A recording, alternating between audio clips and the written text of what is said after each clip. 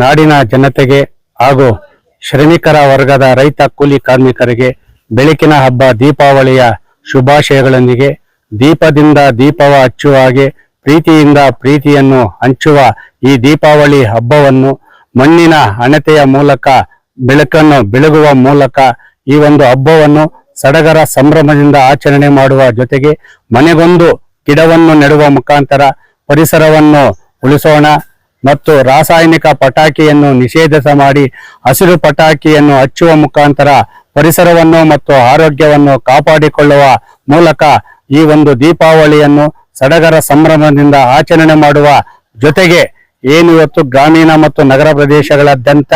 ಈ ಒಂದು ಬೆಳಕಿನ ಹಬ್ಬವನ್ನು ಸಡಗರ ಸಂಭ್ರಮದಿಂದ ಏನು ಆಚರಣೆ ಮಾಡ್ತೀವಿ, ಆ ಆಚರಣೆಯ ಸಂಭ್ರಮದಲ್ಲಿ ಮನೆಗಳಲ್ಲಿ ಚಿಕ್ಕ ಮಕ್ಕಳು ಏನು ಪಟಾಕಿ ಹಚ್ಚುತ್ತಾರೆ ಅದರ ಬಗ್ಗೆ ಜಾಗೃತಿ ಇರಬೇಕು. ಯಾಕಂದ್ರೆ ರಾಸಾಯನಿಕ ಪಟಾಕಿ ಹಚ್ಚುವಾಗ ಒಂದು ಸುಸುರು ಬಾಣ ಇರ್ಬೋದು, ಇಲ್ಲ ಪಟಾಕಿ ಇರ್ಬೋದು, ಬೇರೆ ಬೇರೆ ಪಟಾಕಿಗಳು ಹಚ್ಚುವಂತ ಸಮಯದಲ್ಲಿ ಮಕ್ಕಳನ್ನು ಜಾಗೃತಿಯಿಂದ ನೋಡ್ಬೇಕು. ಯಾಕಂದ್ರೆ ಮುಂದಿನ ಭವಿಷ್ಯವಿರುವಂತಹ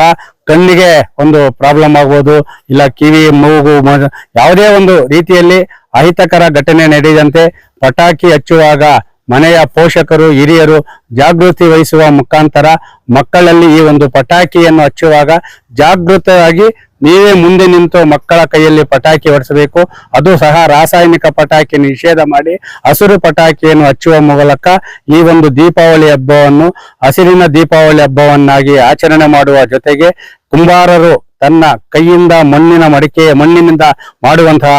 ಈ ಮಣ್ಣಿನ ಹಣತೆಯನ್ನು ಹಚ್ಚುವ ಮುಖಾಂತರ ಅವರ ಜೀವನದಲ್ಲಿರುವ ಕಷ್ಟ ಸುಖಗಳನ್ನು ನಿವಾರಣೆ ಮಾಡಿ ಈ ಒಂದು ದೀಪಾವಳಿಯನ್ನು ಸಡಗರ ಸಂಭ್ರಮದಿಂದ ಆಚರಣೆ ಮಾಡುವ ಜೊತೆಗೆ ಯಾವುದೇ ರೀತಿಯ ಪಟಾಕಿ ಹಚ್ಚುವಾಗ ಮಕ್ಕಳಿಗೆ ಅನಾಹುತಗಳಾಗದಂತೆ ಜಾಗೃತಿ ವಹಿಸಬೇಕಂತೇಳಿ ಎಲ್ಲಾ ಪೋಷಕರಿಗೆ ಮನವಿ ಮಾಡುವ ಜೊತೆಗೆ ಮತ್ತೊಮ್ಮೆ ಶ್ರಮಿಕ ವರ್ಗದ ಎಲ್ಲ ರೈತ ಕೂಲಿ ಕಾರ್ಮಿಕರಿಗೆ ಬೆಳಕಿನ ಹಬ್ಬ ದೀಪಾವಳಿಯ ಶುಭಾಶಯಗಳೊಂದಿಗೆ ಹಸಿರು ಪಟಾಕಿಯನ್ನು ಹಚ್ಚೋಣ, ರಾಸಾಯನಿಕ ಪಟಾಕಿಯನ್ನು ನಿಷೇಧ ಮಾಡೋಣ, ಮನೆಗೊಂದು ಗಿಡವನ್ನು ನೆಡೋಣ, ದೀಪಾವಳಿ ಹಬ್ಬದಂದು ಪರಿಸರವನ್ನು ಉಳಿಸಲು ಜಾಗೃತ ಮತ್ತು ಪ್ರಾಮಾಣಿಕವಾಗಿ ದುಡಿಯೋಣ ಅಂತೇಳಿ ಮತ್ತೊಮ್ಮೆ ಶ್ರಮಿಕ ವರ್ಗಕ್ಕೆ ರೈತ ಕೂಲಿ ಕಾರ್ಮಿಕರಿಗೆ ಬೆಳಕಿನ ಹಬ್ಬ ದೀಪಾವಳಿಯ ಹಬ್ಬದ ಶುಭಾಶಯಗಳನ್ನು ತಿಳಿಸ್ತಾ ಇದೆ.